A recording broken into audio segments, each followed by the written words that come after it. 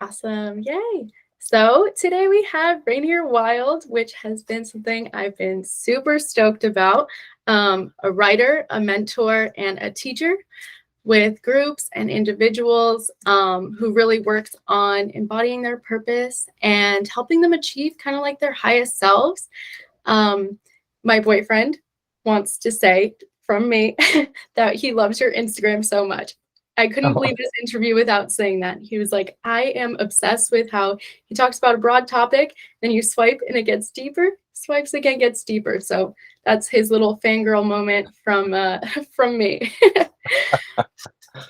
Wonderful. Well, thank him on my behalf. Of course. So before we dive into all that fun stuff and all the work, I just kind of want to know about you. Like what is kind of your message that you're trying to send out? How'd you get here? All the fun stuff. Yeah. Uh, I often say that almost any time someone asks me about me, it provokes a little bit of an existential crisis. Um, I'm not exactly ever sure what to say.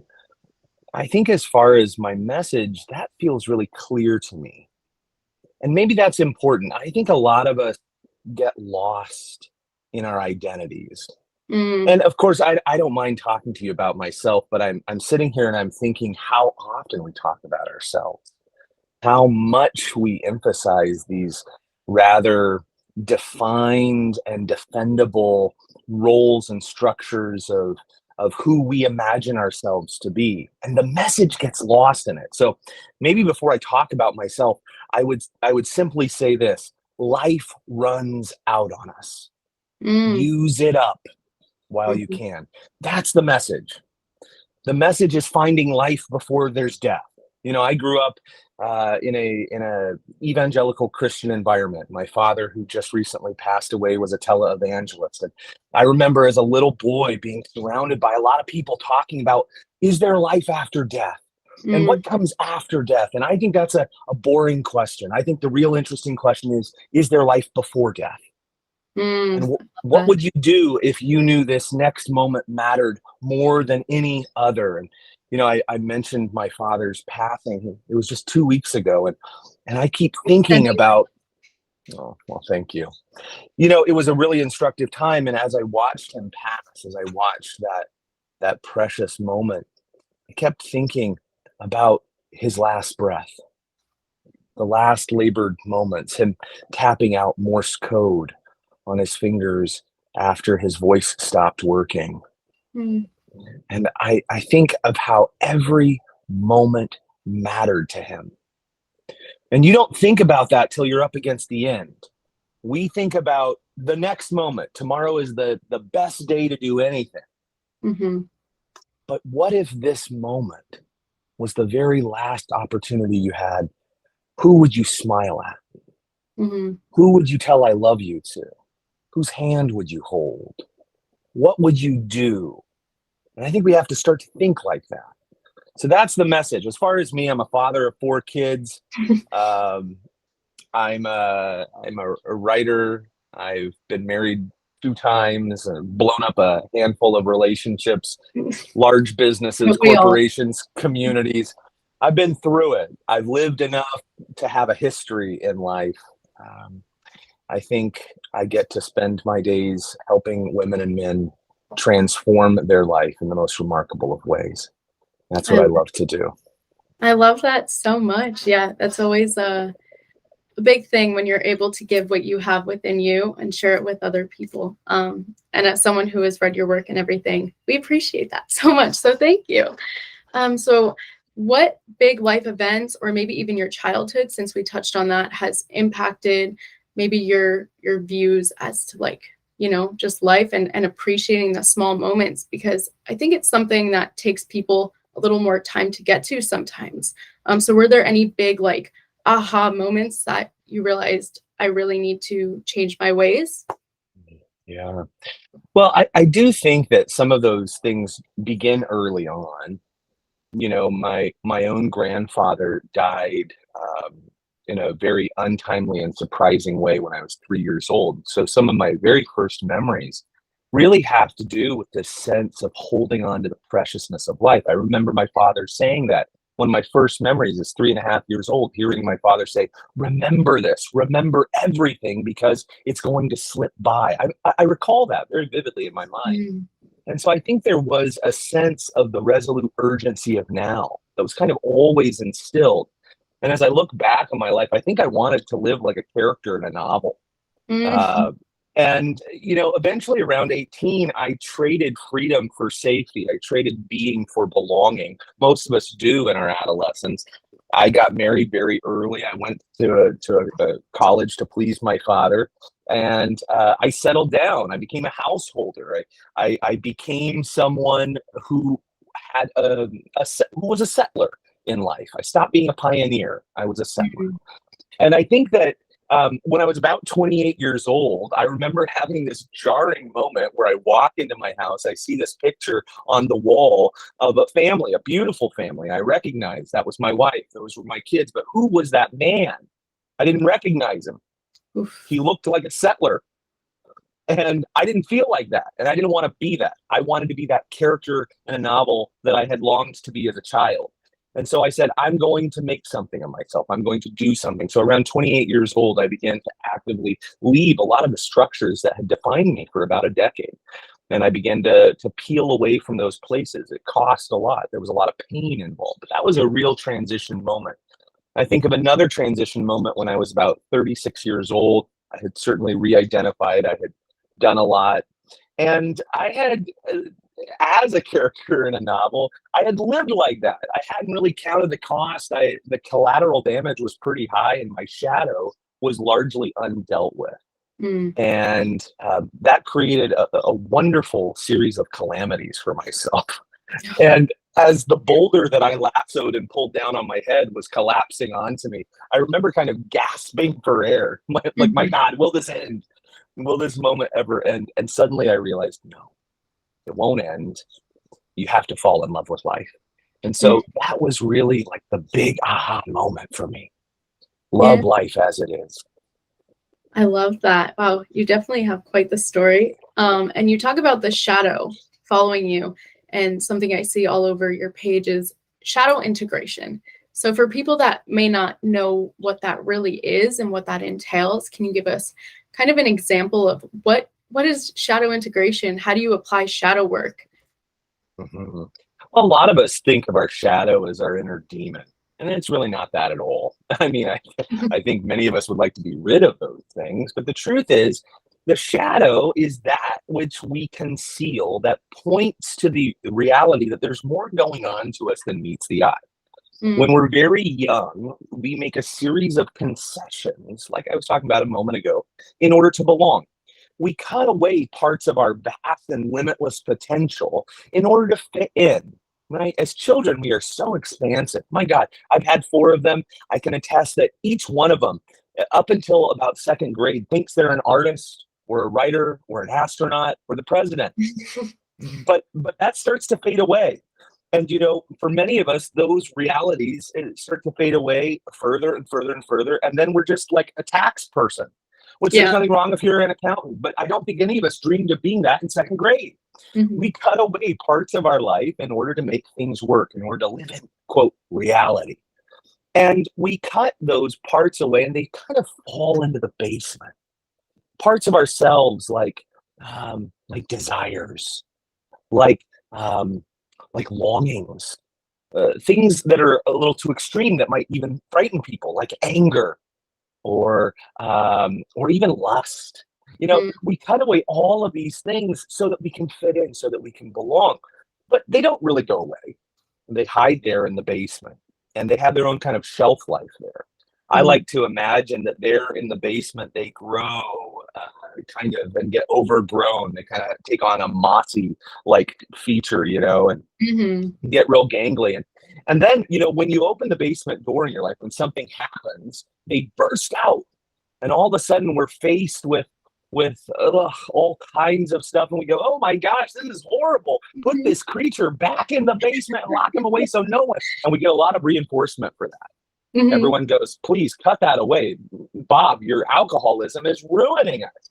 Well, what is that? Well, it's a desire to not be reasonable. It's a desire to step out of the reality principle. It's a desire to be in tune with your intuitions. And the only way it comes out is Bob's alcoholism. Yeah. Okay, so what needs to happen is we need to go into the basement. We need to pull these things off the shelf and begin to dust them off, clean them off, look at them and decide, do we want to sell them at the rummage sale or do we want to bring them into the living room? Hmm. That's a great way to put it. That's a really good, I was visualizing the whole story right there. I was like, oof, my demons, and all the times that I've just been like, no, no, not yet. We're not ready to deal with that. But it's something that we do have to face. And it's also, I feel like, a part of getting to the root of why, because people, like in your example, they see alcoholism.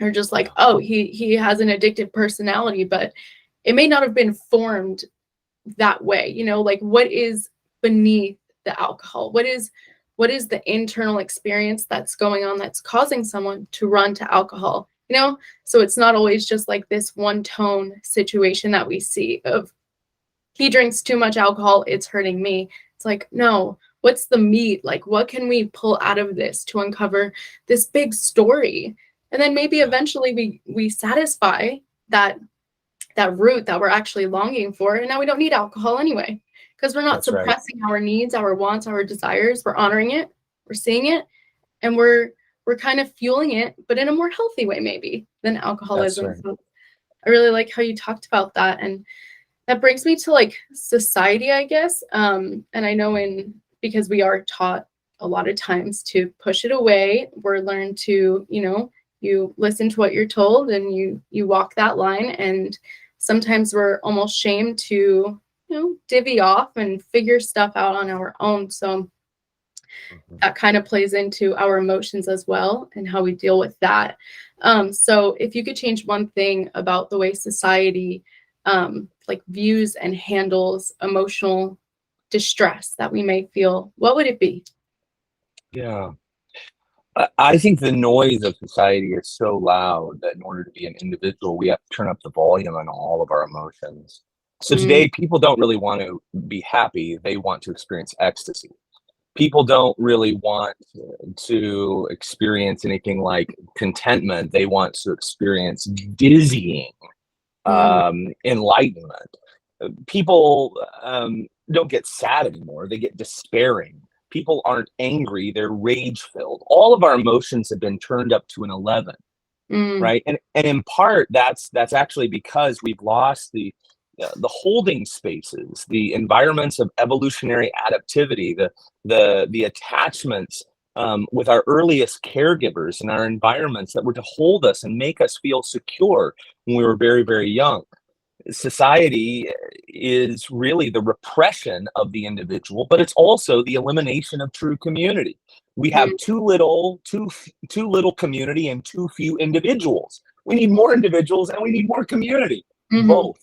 So what I would actually say is I would love to transform society away from this repression of the individual to an invitation to flourish as individuals, to take great risks, to dare greatly, to fall on our faces, to fall flat on our faces over and over and over, and to find through all of the intermittent seasons of life, the highs and the lows, a seasonless place where we're balanced, where we return to that sense of ordinary goodness, mm. sadness, happiness, joy, anger.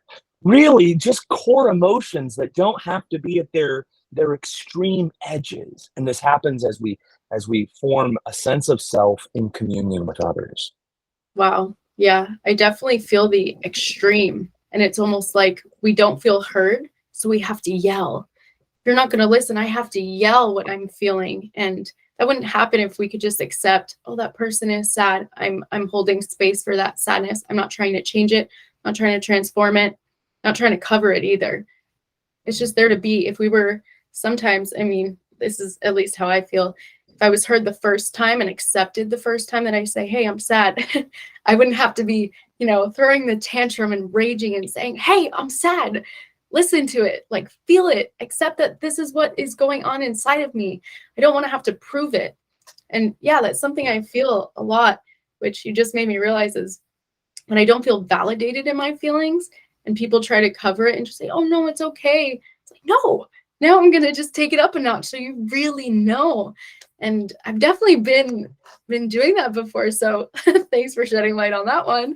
Uh, bring that one to therapy. And something else that I really like that you talked about is we need more community.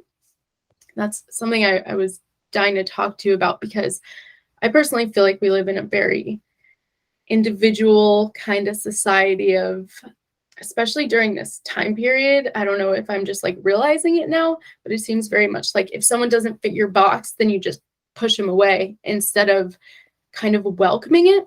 So how would you advise going about, respecting your own needs and wants, respecting your boundaries, being yourself, but without being selfish, while also being compassionate and seeing someone and, just being like one with everyone? Yeah. Well, first of all, I want to say I sing the song of selfishness. I believe in the virtue of selfishness. And by that, I simply mean having a solid sense of self in this world. I grew up like so many of us being told that self-sacrifice was the ultimate relational gift. Mm, But think about what we're saying. Even with those words, self-sacrifice, sacrifice, literally slaughtering something on an altar. Well, if I come up to you in relationship and say, oh, why don't you just self-sacrifice, please? What am I saying? I'm saying I'd like you to slaughter something about yourself so you can appeal to me and appease to mm, me. Please keep me happy by slaughtering yourself. Self-sacrifice is incredibly self-serving, at least to someone. I think that in reality, what we need if we're ever going to form strong and substantive communities and relationships is a deep sense of who we are in the room.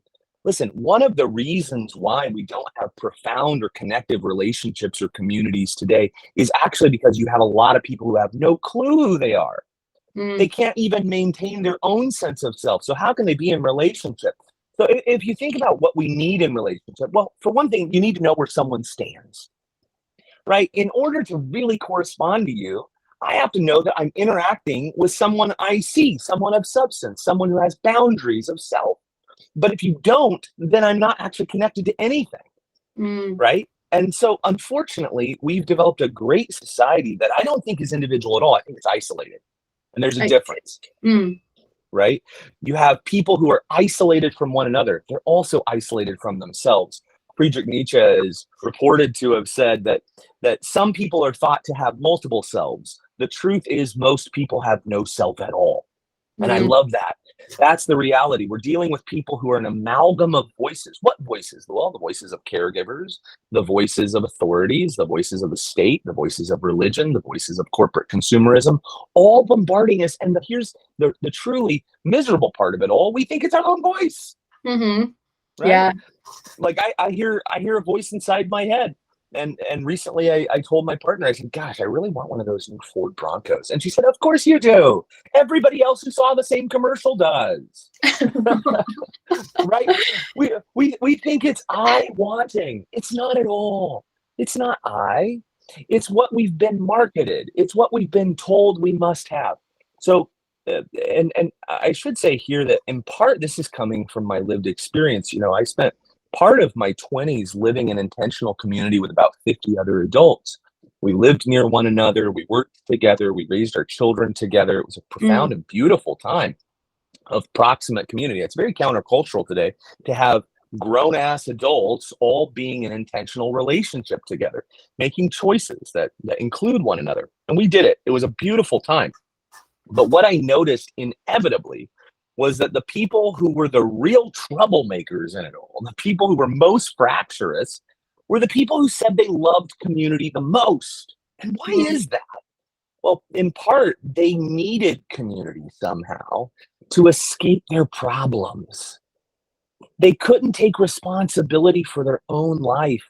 And so community became kind of like a wish dream fix it yeah. that would just fix their life. And unfortunately, that needful attachment killed the community. So I think we really need two things equally. We need women and men who are willing to take responsibility for their decisions without excuses or blame. and then to willingly enter into connection with others in tribe and community.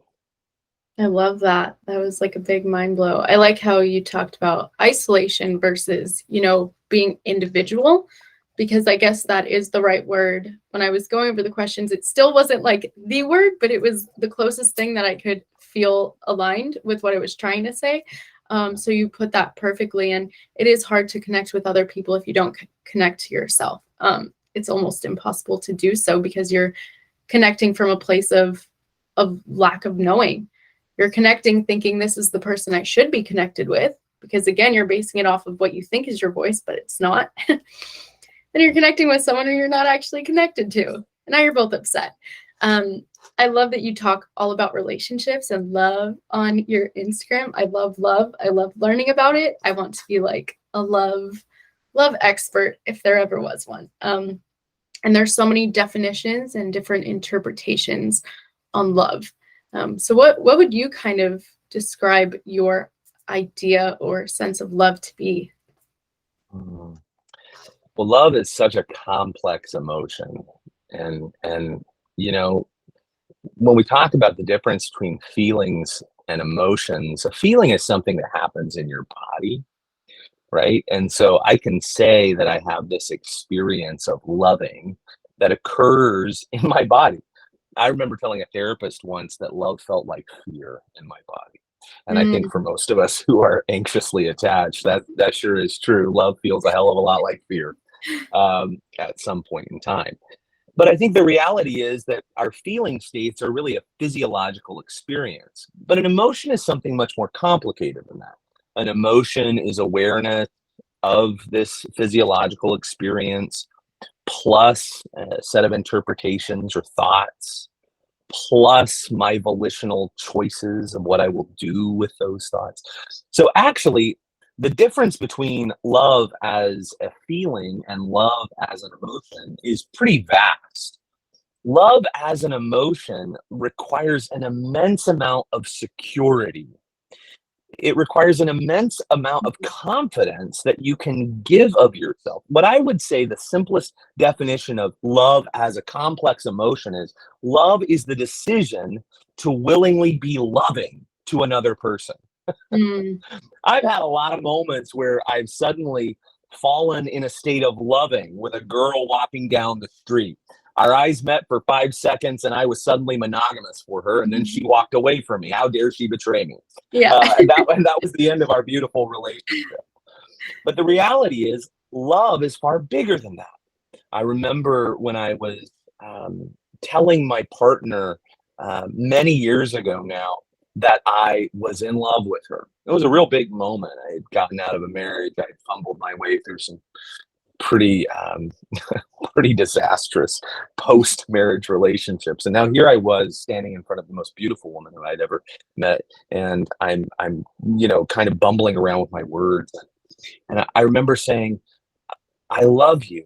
And what that means to me is I'm going to keep loving you. I'm dedicated to having goodwill towards you and towards your children and towards your children's children, Mm, even if they're not mine, even if I don't get that opportunity. It's my unqualified goodwill towards you and my commitment to do so. And that seemed to go over pretty well. After I said I love you to her, she said thank you yeah. back to me, and Always she had feels to think good. about it, and she thought about it for a couple of months before she came back and said, "Well, by the way, I love you too, and I've been Oh, loving you for quite some time." But I think that love is really complicated, and I think we get lost between that feeling state, which naturally and spontaneously occurs rather often, and then the greater emotion, which is a kind of a commitment. It's kind of a volitional choice, a decision, if you will. mm. Yeah, I definitely agree that I view it as a decision as well, because there's some days where I'm like, oof, you are really just ticking me off, but I'm still choosing. I'm still choosing. What point do you think it's because sometimes relationships do have to end? So at what point do you think it's ready for love to to be, you know, kind of washed away and the relationship is over? And when do you think, you know what, this is going to be ugly love, and I'm still going to do it because I want to work for this and I want to fight for it, and I'm choosing to love you. So where do you think there's like that difference? Because I think a lot of times it's easy for people to be like, oh, it doesn't feel good anymore, I'm ready to go. But you still got to work on it. But some people don't. Do you understand my question? Boy, I sure do.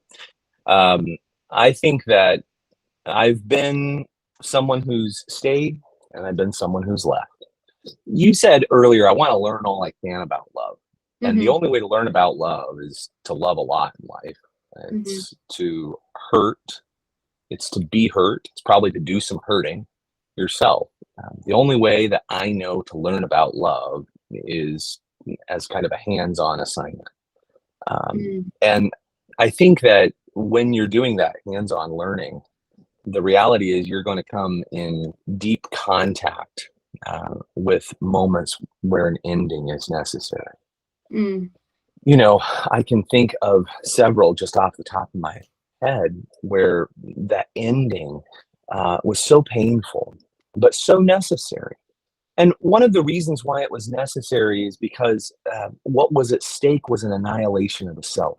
Go back to what I said about self-sacrifice.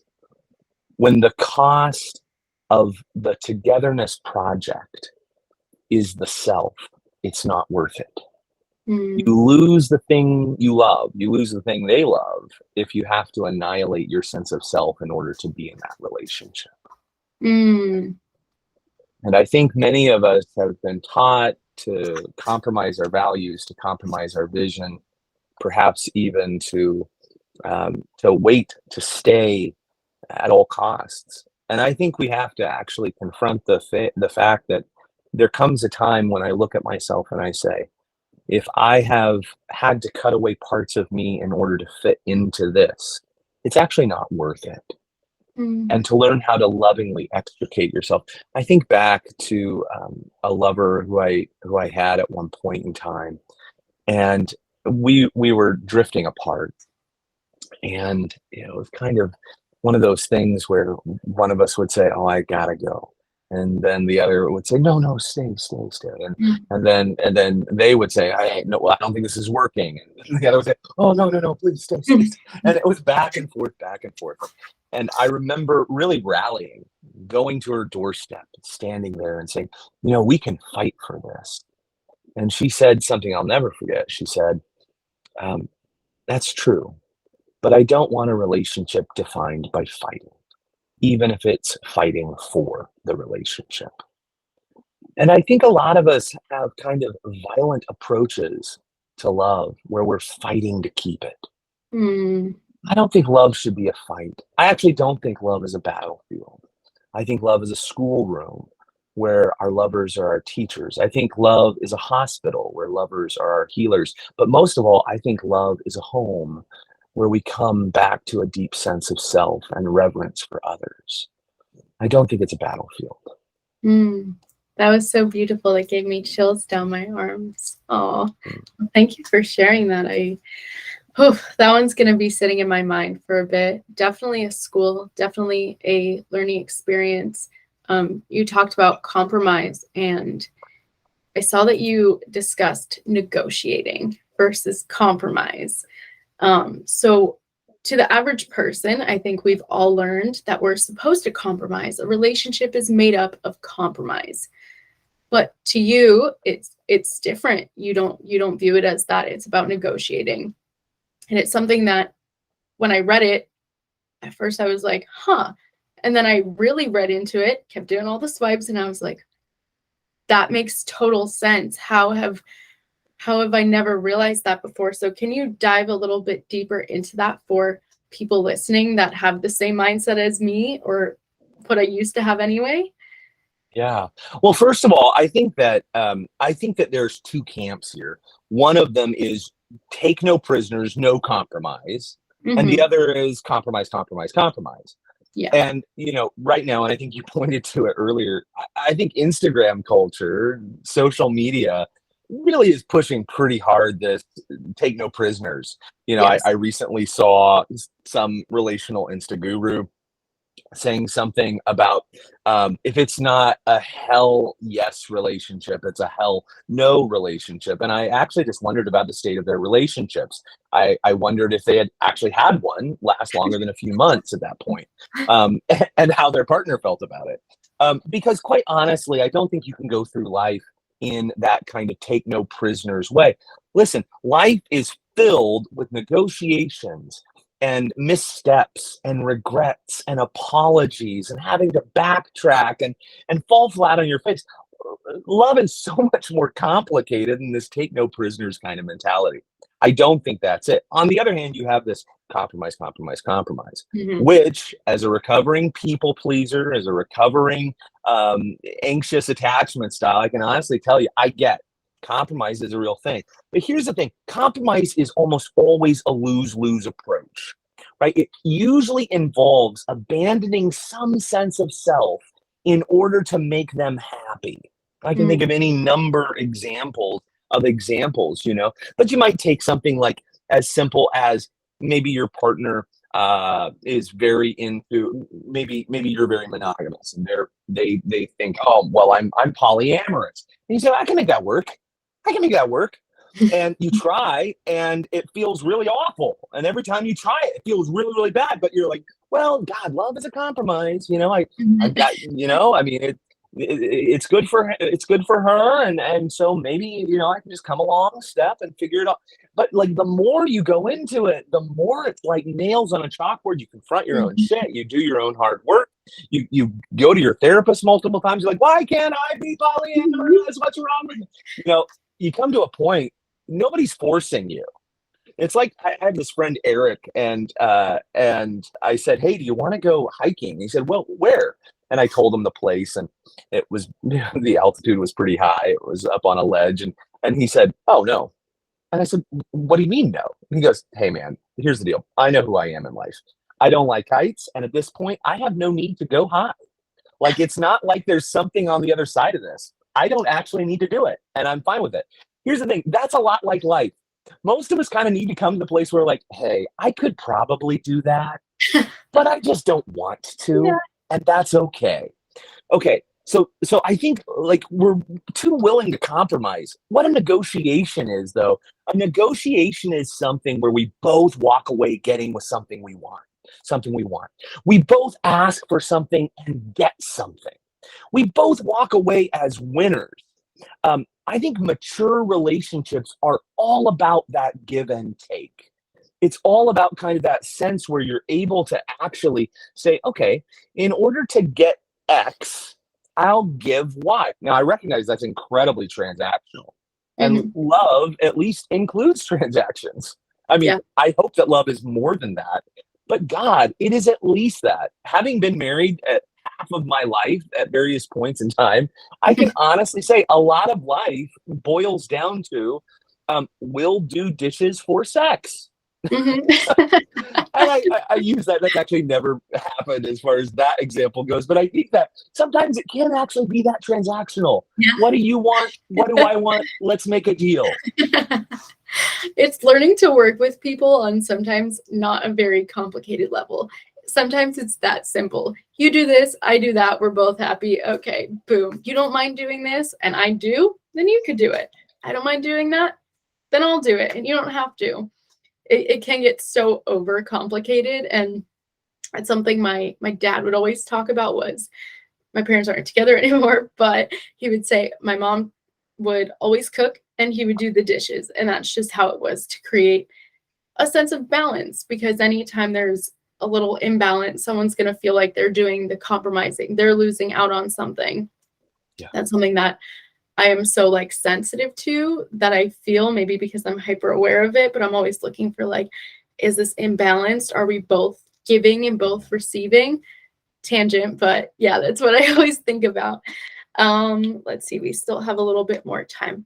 Um, One of my favorite things that I read of your stuff is storytelling, especially about your partner, because I was like, ooh, that is a direct call out to me.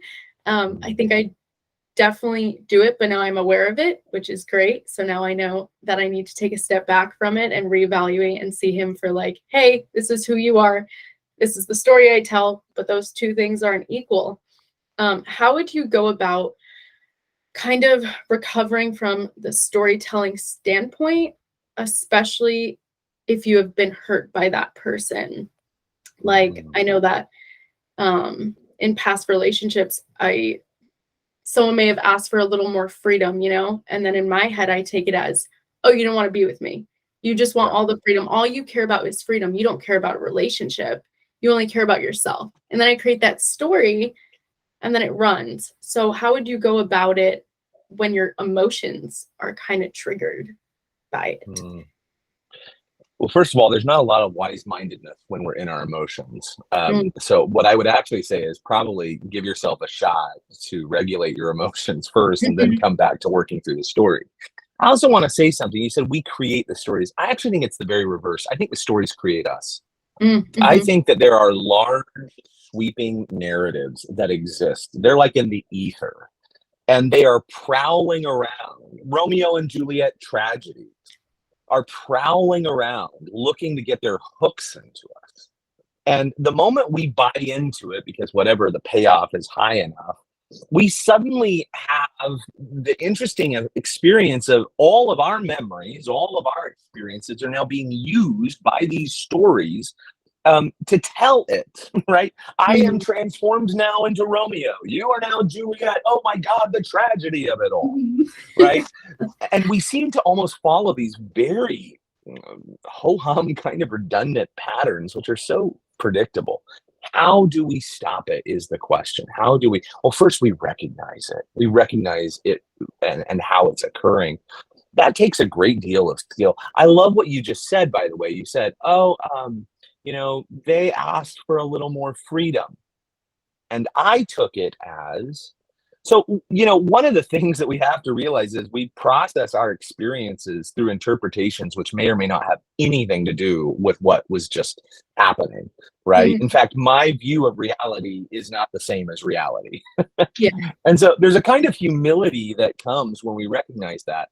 And there's a really great question that comes when you recognize that your view of reality is not the same as reality. Here's the question. What do you mean when you say freedom? That's a simple, well, tell me more. Yeah. I'm curious what when you're saying that, what is it you're asking for? Yeah. You can save a lot of conflict by checking the facts. Right. I think one of the things that people really, unfortunately, today have gotten away from, although I don't think it was ever a skill that was applied in mass, is the skill of doubting yourself. I recognize that we're not supposed to gaslight anybody, and we're not supposed to gaslight ourselves. My God.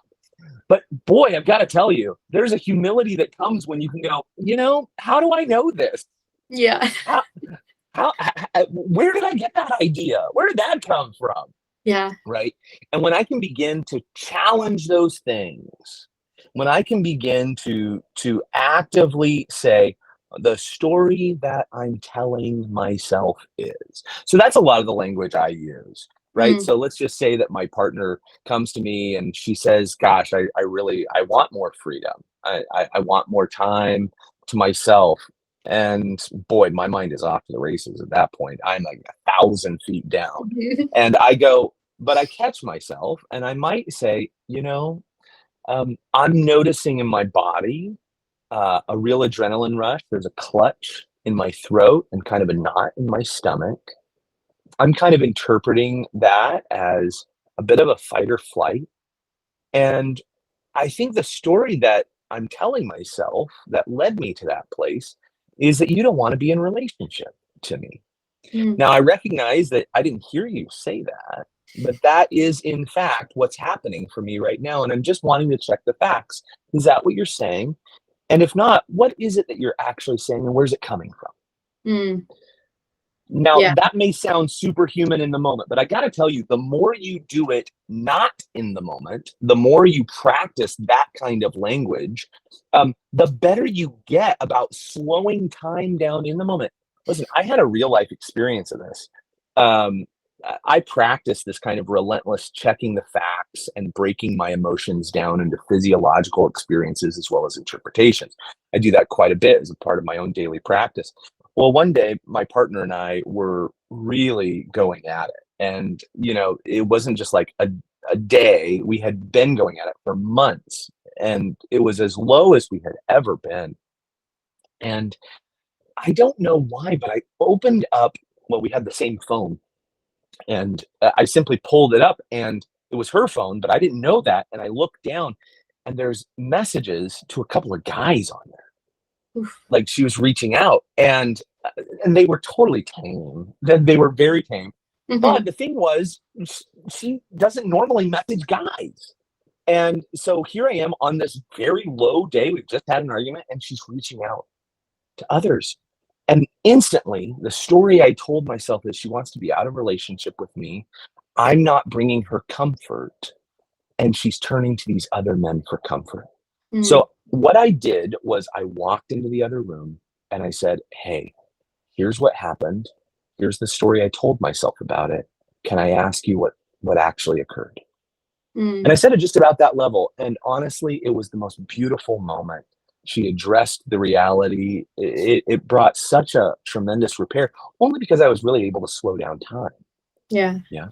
Yeah, that's such a gift to give yourself, is taking a second to not run to the races and be all like, "Oh my god," blah, blah, blah, blah," and then spilling the story that you created in your mind to your partner, because they're automatically going to go into that defensive zone and be like, "Oh my god, that's not what I did. You did this." And now you're in like a back and forth pointing fingers match that never had to happen. And the most beautiful part of what you described is that curiosity within and for your partner, like exploring the body and thinking, what am I feeling? What's going on? How can I describe it? Taking that time to check in with yourself, and then being curious with your partner, instead of, just going straight into the story that you create, or the story that has been created, and being like, huh, so what is going on? And asking questions when you're in a safe space saves so much so much energy, so much thought, and just gives a lot of clarity. And I really love that. So definitely going to take that advice for sure. Um, and then I know that we're running on time. So the last question that I always ask people is, if you were in the room full of the entire world and they're all listening to you, they're all present and attentive, what are you sharing? Mm, yeah. Let me think about You could this. take a second. That's a big one. This, Take a second. this really is so good.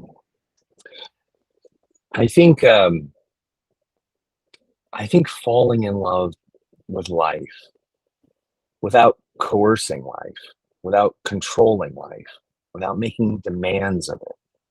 God, how many world leaders would I like to actually just say that exact thing to?